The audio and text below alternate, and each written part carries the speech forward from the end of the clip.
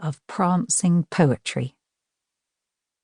Poetry can make everyday experiences seem fantastic, and it can make the fantastic seem everyday.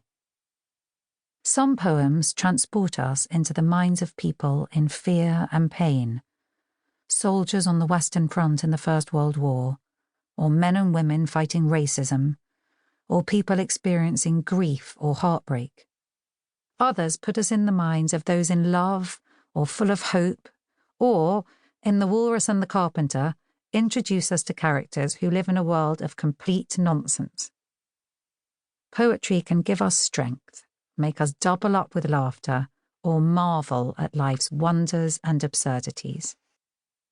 I hope you find poems here that do all of these things and more, the very best of words in their very best outfits, poems which will clothe you with brilliant lines to wear always, and which will clad your heart with beauty. Allie Esiri.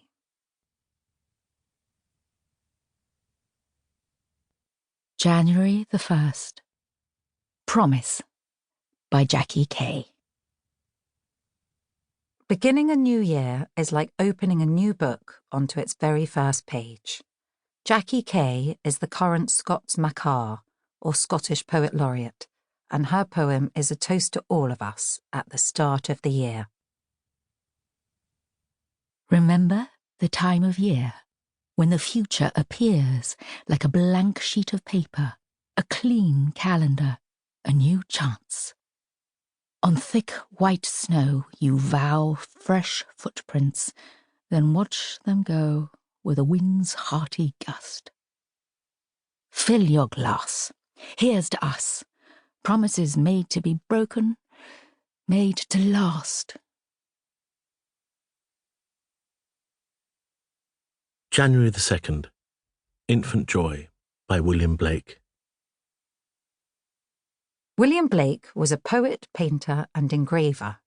Here is one of his short poems from his celebrated collection, Songs of Innocence and Experience.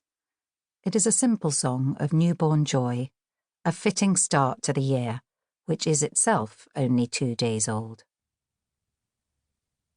I have no name. I am but 2 days old. What shall I call thee? I happy am, joy is my name. Sweet joy befall thee.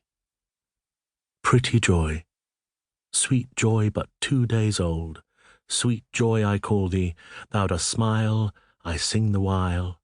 Sweet joy befall thee. January the 3rd.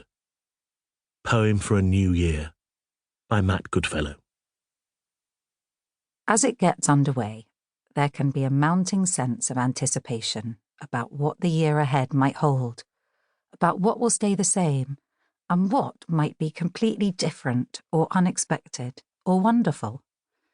Matt Goodfellow's poem captures that sense of excitement and uncertainty, of something, through a rush of rural images. Something's moving in. I hear the weather in the wind, sense the tension of a sheep field and the pilgrimage of Finns. Something's not the same. I taste the sap and feel the grain, hear the rolling of the rowan, ringing, singing in a change. Something's set to start. There's meadow music in the dark, and the clouds that shroud the mountain slowly, softly, start to part. January the 4th. Lines written by a bear of very little brain by A. Milne.